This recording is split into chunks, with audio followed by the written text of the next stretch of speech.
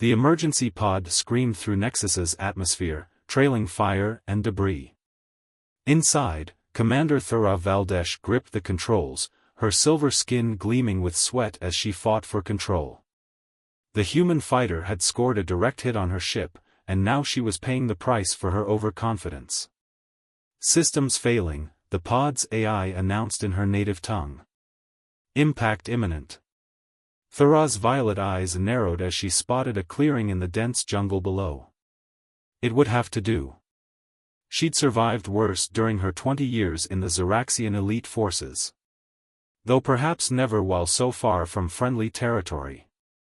The impact rattled her bones, even through the crash webbing. When the pod finally stopped spinning, she assessed her injuries, nothing major, though her right arm would need attention. The real problem was that she was stranded on a contested planet, deep in potentially hostile territory. She grabbed her survival pack and weapon, then triggered the pod's door. Hot, humid air rushed in, carrying the sense of alien vegetation. Thura's training kicked in as she scanned the clearing, looking for immediate threats. The planet's twin suns cast strange double shadows through the canopy. A sound caught her attention, the distinctive whine of another crash landing. Through the trees, she spotted another trail of smoke. Her lip curled in disgust as she recognized the configuration, a human escape pod. Every instinct told her to immediately eliminate the threat. Humans were the enemy, vermin who had expanded too far, too fast, threatening Zeraxian territories. She'd killed hundreds in space combat, and dozens more in ground operations. Yet something made her pause. On this hostile world, with unknown threats, eliminating a potential resource might be unwise. She moved silently through the underbrush, her cybernetic enhancements allowing her to track the human's clumsy progress. He was injured, she could smell blood. Male, by the size of the boot prints. Military, based on his movement patterns, though not special forces. The human suddenly stopped, and Thura realized her mistake too late. He'd been leaving an obvious trail deliberately, drawing her in. She spun just as he dropped from a tree behind her, but her injured arm slowed her reaction. They crashed together, rolling through the vegetation. He was stronger than she expected, and clearly trained in close combat. But she was Zeraxian, naturally superior in every way. She managed to get her knee into his solar plexus, creating space to draw her blade. He responded by pressing a gun to her temple. Stalemate. For a long moment, they stayed frozen, each waiting for the other to make a fatal mistake. Thura studied her opponent, tall for a human, with dark skin and eyes that showed both intelligence and determination. His uniform marked him as a captain. "We can either kill each other right now," he said in accented but passable Zeraxian, "or we can acknowledge that we're both screwed on this planet alone." A distant roar emphasized his point, something large was moving through the jungle. Something that might see either of them as prey. "Speak quickly, human," Thura growled. "Why shouldn't I take my chances alone?" "Because that crash damaged your right arm. Because I have medical supplies you need. And because I've been stationed on Nexus for 6 months. I know the threats we're facing." He paused, then added, "I'm Captain David Reynolds. And I hate your kind as much as you hate mine. But I'm also a pragmatist." Another roar, closer now. Thura did a rapid calculation of her options. The human was right, damn him. Her arm needed treatment, and local knowledge would be invaluable. "Commander Thura Valdesh," she said finally. "If you betray me, I will ensure your death is extremely unpleasant."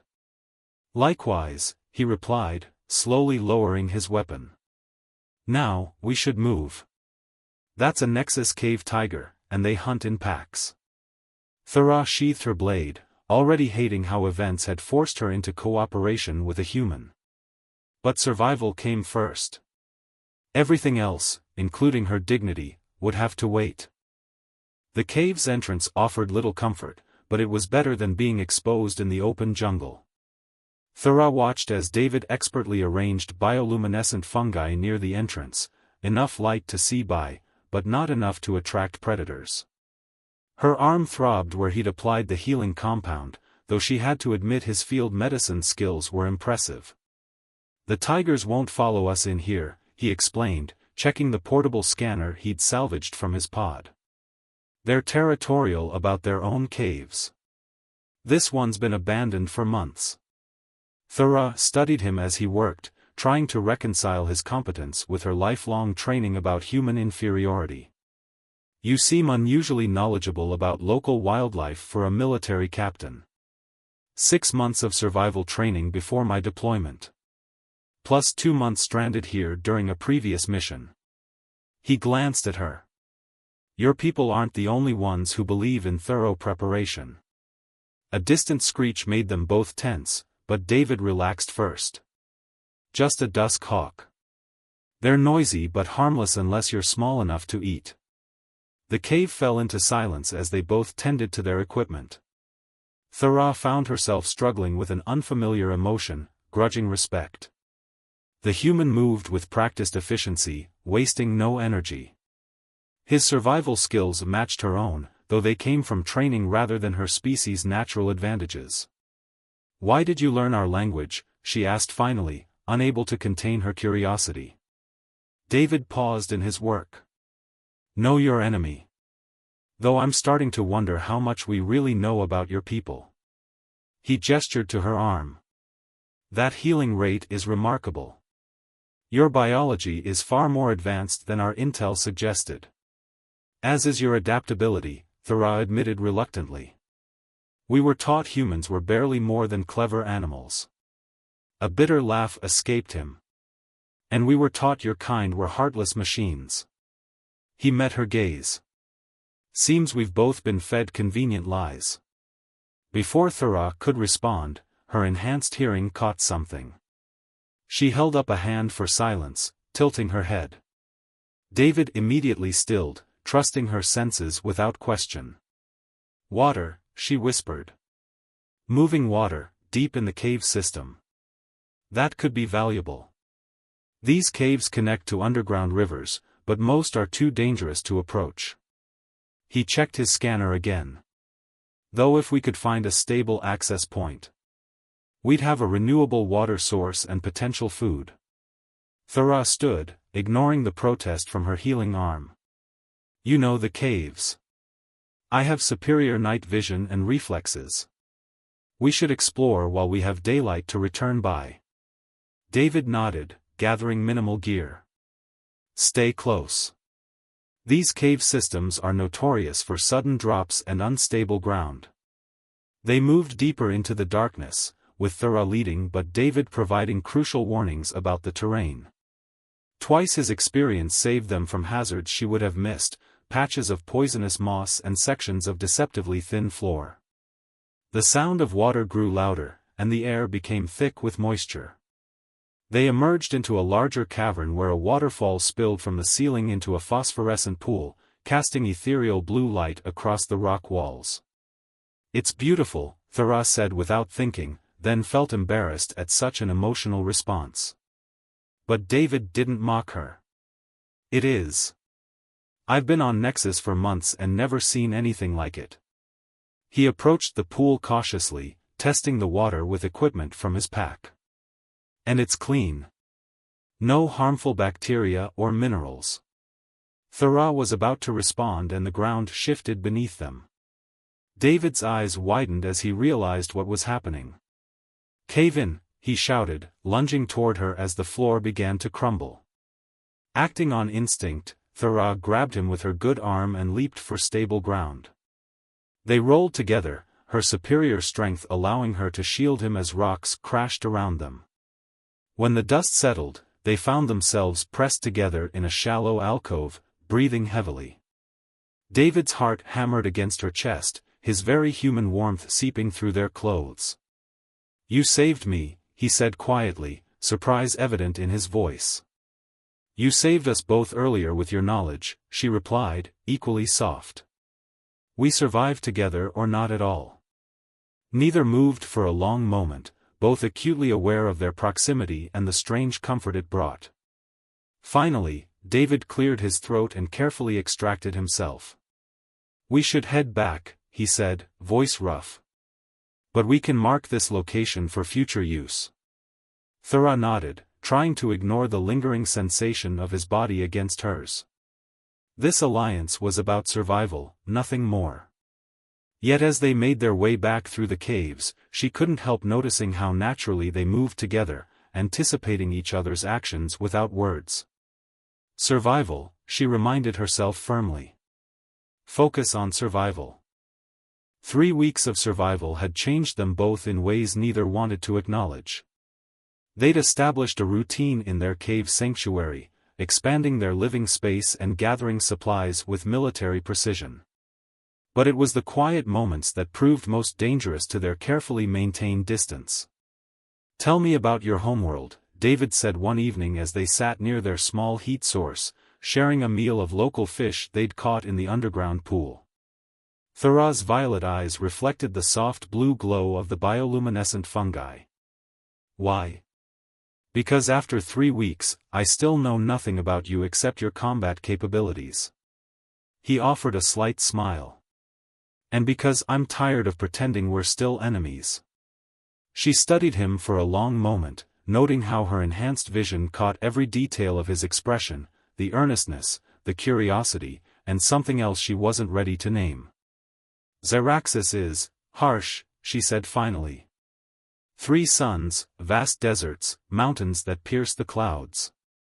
We build our cities inside the mountains, carved from crystal and steel." She paused, surprised by the longing in her own voice. "The sunset lasts for hours when all 3 suns descend in sequence." "Sounds beautiful," David said softly. "Very different from Earth. We've spread so far into the galaxy that sometimes I wonder if anyone remembers what our homeworld looks like anymore." "You've seen it?" "Once, as a child. Green forests, blue oceans, white clouds." He smiled at the memory. "My father was stationed there briefly. Most humans never get the chance." Thura found herself leaning closer, drawn by the warmth in his voice. "Your people spread quickly because you adapt so easily. We take pride in remaining pure, unchanged. Perhaps too much pride. And yet here you are, adapting." His hand moved as if to touch her, then pulled back. "You're nothing like what they told us Xeraxians would be." "Neither are you," she admitted. Their eyes met, and the air seemed to thicken. "David." A distant rumble interrupted them. Both warriors tensed, but this sound was different from the usual cave noises they'd grown accustomed to. "Ships," David said, grabbing his scanner. "In orbit." They rushed to the cave entrance, keeping to the shadows. Through gaps in the canopy, they could see flashes of light, a battle being fought far above them. "Your people or mine?" Thura asked, though she already knew they would both be searching for ways to contact their respective sides. "Does it matter?" David's voice was rough with emotion. "Either way, this ends." She turned to him sharply. "What ends?" "This. Us. Whatever this is becoming." He gestured between them. "Don't pretend you haven't felt it." "It's impossible," she said, but her silver skin flushed with color, betraying her. "Our peoples are at war." "Peoples, yes. But we're just 2 soldiers who've learned the other side isn't the monster we were taught to hate." He stepped closer, and this time when his hand moved toward her face, he didn't pull back. "Tell me you haven't changed how you see humans. Tell me you haven't changed how you see me." His fingers brushed her cheek, and Thura shuddered at the contact. Her enhanced senses were overwhelmed by him, his scent, his warmth, the sound of his rapid heartbeat. Everything she'd been taught screamed that this was wrong, but her body leaned into his touch. "I can't," she whispered. "I can't tell you that." The kiss, when it came, was like a fusion reaction, unstable elements combining to create something powerful and dangerous. David's lips were soft against her firmer ones, his hands gentle on her silver skin as if she were precious rather than deadly. Thora pulled him closer, overwhelmed by sensations her training had never prepared her for. When they finally parted, both breathing heavily, reality crashed back like a cold wave. More flashes lit the sky above them. "What are we doing?" Thora asked, her voice shaking. "This is madness. Maybe madness is exactly what both our peoples need." David's hands hadn't left her waist. "Everything we thought we knew about each other was wrong. How much of this war is built on the same kind of lies?" Before she could respond, both their scanners activated simultaneously. Signals, getting stronger. Search parties, from both sides, closing in on their location. They stared at each other, the weight of duty and desire hanging heavy between them. "We have to make a choice," David said quietly. "And we have to make it now." Thora touched her lips, still tingling from the kiss. Everything she'd ever believed in had been challenged in these past weeks. Everything she thought she knew about humans, about herself, had changed. Above them, the battle continued to rage, while in their sanctuary, two soldiers from opposite sides of an endless war faced the most important decision of their lives. The Ziraxian rescue team found Thora first. She stood at attention before Commander Vexthal, her silver skin pristine thanks to its natural regenerative properties, betraying none of the weeks spent in survival conditions. Her superior's cybernetic eyes scanned her with cold efficiency. "Report, Commander Valdesh. How did you survive this long in hostile territory?" Thora hesitated for a fraction of a second. "I adapted, sir. Used the environment to my advantage." "And the human?" Vexthal's voice carried dangerous undertones. "Our scouts detected signs of another survivor." "Eliminated," Thora lied smoothly, thinking of David hiding in their secret cave chamber. "He proved useful for learning about the planet's dangers before I disposed of him." Miles away, David faced similar questioning from Colonel Richardson, keeping his expression neutral as he fed them the same careful deception. "The Ziraxian didn't make it. Died in a cave-in while trying to kill me."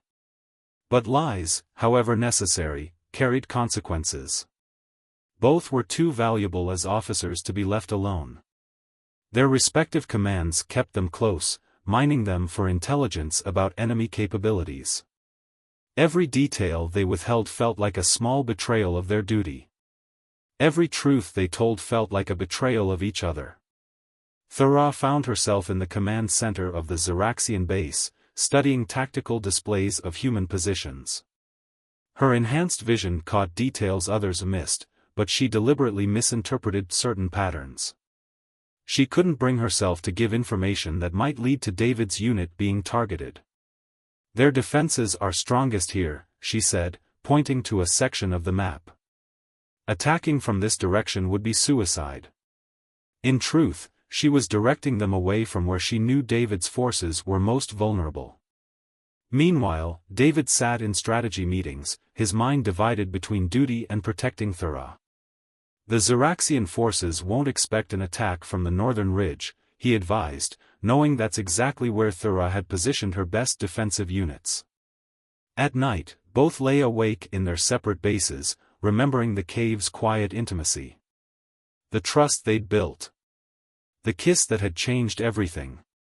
Each touch of their badges brought a subtle vibration, a secret communication system they developed before separating, limited to simple signals: "I'm alive. I'm safe. I remember." The deception couldn't last forever.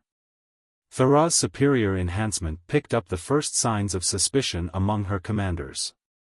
She overheard whispered conversations about her unusual behavior and possible contamination from prolonged exposure to human influence. David noticed his colonel watching him too closely, questioning his suddenly deep knowledge of Ziraxian tactics. The pressure built with each passing day. Everything came to a head during a routine patrol. Thora's unit encountered human forces, David's unit. For a horrible moment, their eyes met across the battlefield. Both knew what duty demanded. Both knew what their hearts refused. "Hold your fire." Both shouted simultaneously to their troops, but the chaos of battle had its own momentum. Plasma bolts and bullets filled the air. Thera saw a human soldier targeting David. Without thinking, she unleashed a warning shot that forced the soldier to duck for cover. David, in turn, tackled one of his men who had a clear shot at Thera. Their actions didn't go unnoticed. As the skirmish ended in a retreat from both sides, they could feel the weight of suspicious stares from their own people. That night, Thera received orders for a full neural scan, standard procedure for examining potential psychological compromise. David was informed he would be transferred off-planet for extended debriefing. Their badge signals became urgent: danger. They know. What do we do? In her quarters, Thera stared at her reflection, her violet eyes troubled. Everything she'd been raised to believe, everything she'd fought for, seemed hollow now.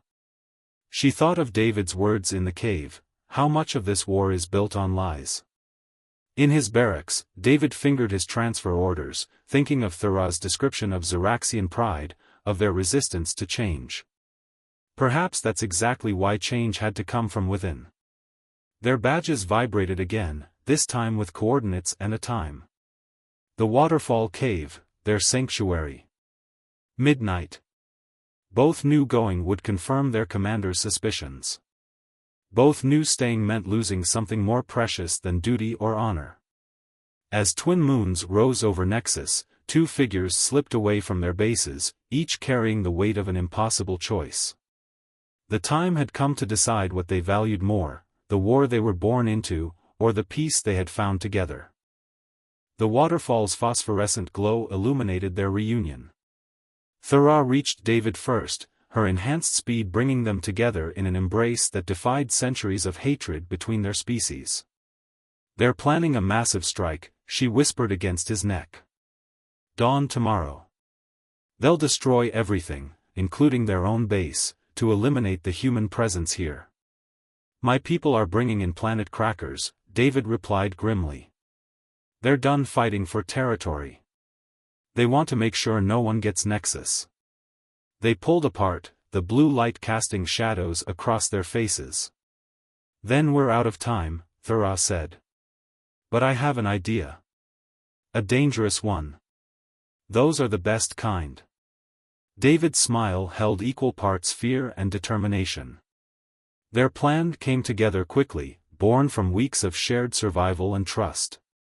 They had until dawn to prevent two armies from destroying each other and the planet that had brought them together. Using Thera's enhanced abilities and David's knowledge of human protocols, they infiltrated both communication centers simultaneously. What they broadcast was simple but powerful: the truth. Their story. The lies both sides had been told about the other. The reality they had discovered together. But words alone weren't enough.